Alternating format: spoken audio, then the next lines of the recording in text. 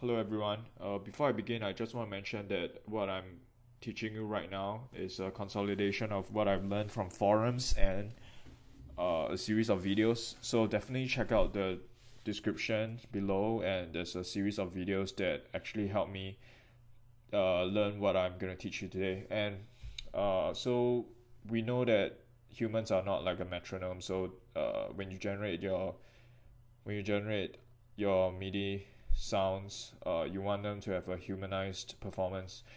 There are two ways to do this. The first way is to actually use the pencil tool and draw in the tempo. But that's not really the right way to do it, because you're just guessing where it should be. You can use freehand and just draw a changing tempo. And make sure this conductor is on. You know how to do this. If you turn it off, it's all fixed tempo. Okay, so let's not do this, and let's talk about the second method. I'm gonna select this and clear it. Okay, so the second method is to use an audio recording of your own fingers tapping. And the way you can do this, is to actually shift your track by two measures. Just shift your track by two measures, and you create a click track. I'm not going to show you the full thing, but you can create a click track, and the click track will help you count in. For two measures before you start tapping and recording it.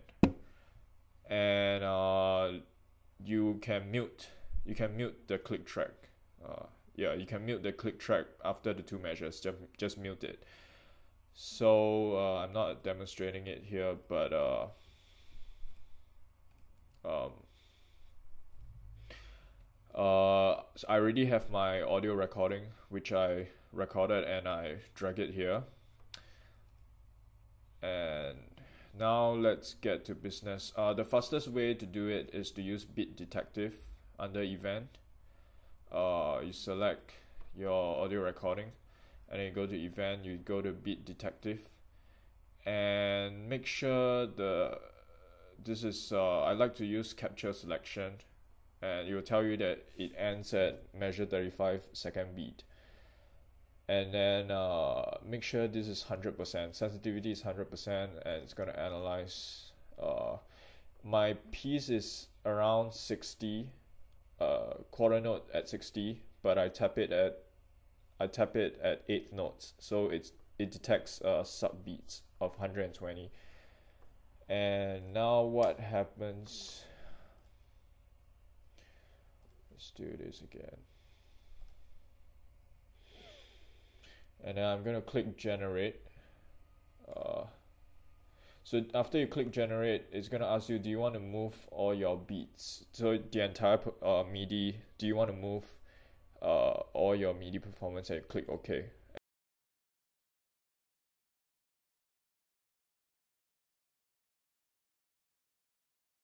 And at this point, you're going to see that your tempo map is created very quickly. I love this. You don't have to actually go and snap measure by measure. But what if you do actually want to snap measure by measure? Like, how would you do it, right? Okay, so you can manually use your cursor here and shift. So I have a phrase here. Look at this. So if it is already shifted according to this tempo map. Without this tempo map,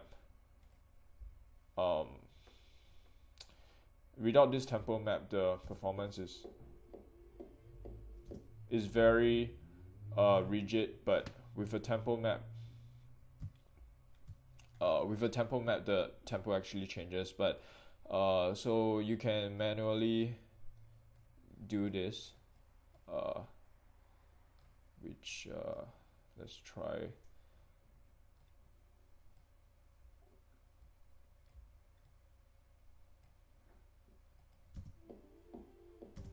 Let me mute this.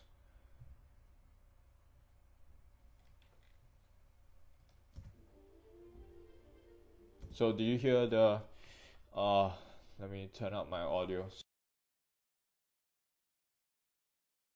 Sorry.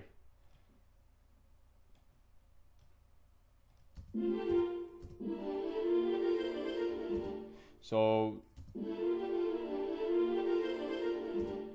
yeah, so that's pretty drastic. And let's go back to the original. The other way you could do it is to actually go inside here, and you want to select rhythmic. Polyphonic is like multiple instruments. Multiple sounding instrument. Rhythmic is like drums. Monophonic is like a bass guitar or flute. Like it's just one sound. And then you want to select rhythmic, and then now you can this is like elastic audio. Now you have the option to click analysis or warp. Analysis is basically what it means. The Pro Tools analyze where the beats are. Warp is basically, the meaning is it allows you to distort stuff, so you actually can shift. You could actually shift all these markers around.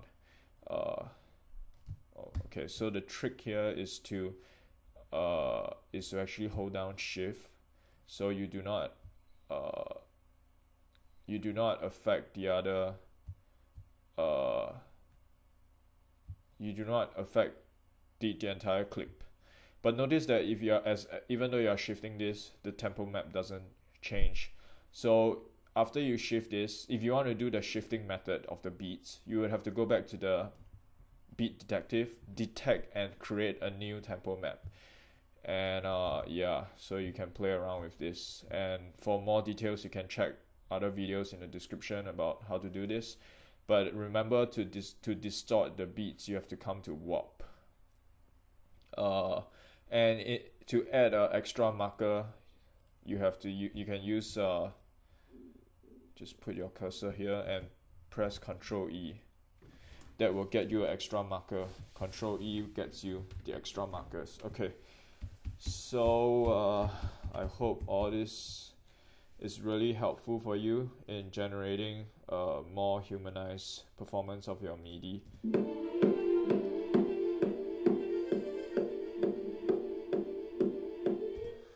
And I hope it solves all the frustration that has caused me to make this video for you. Yeah, I've been researching a lot and hope this helps.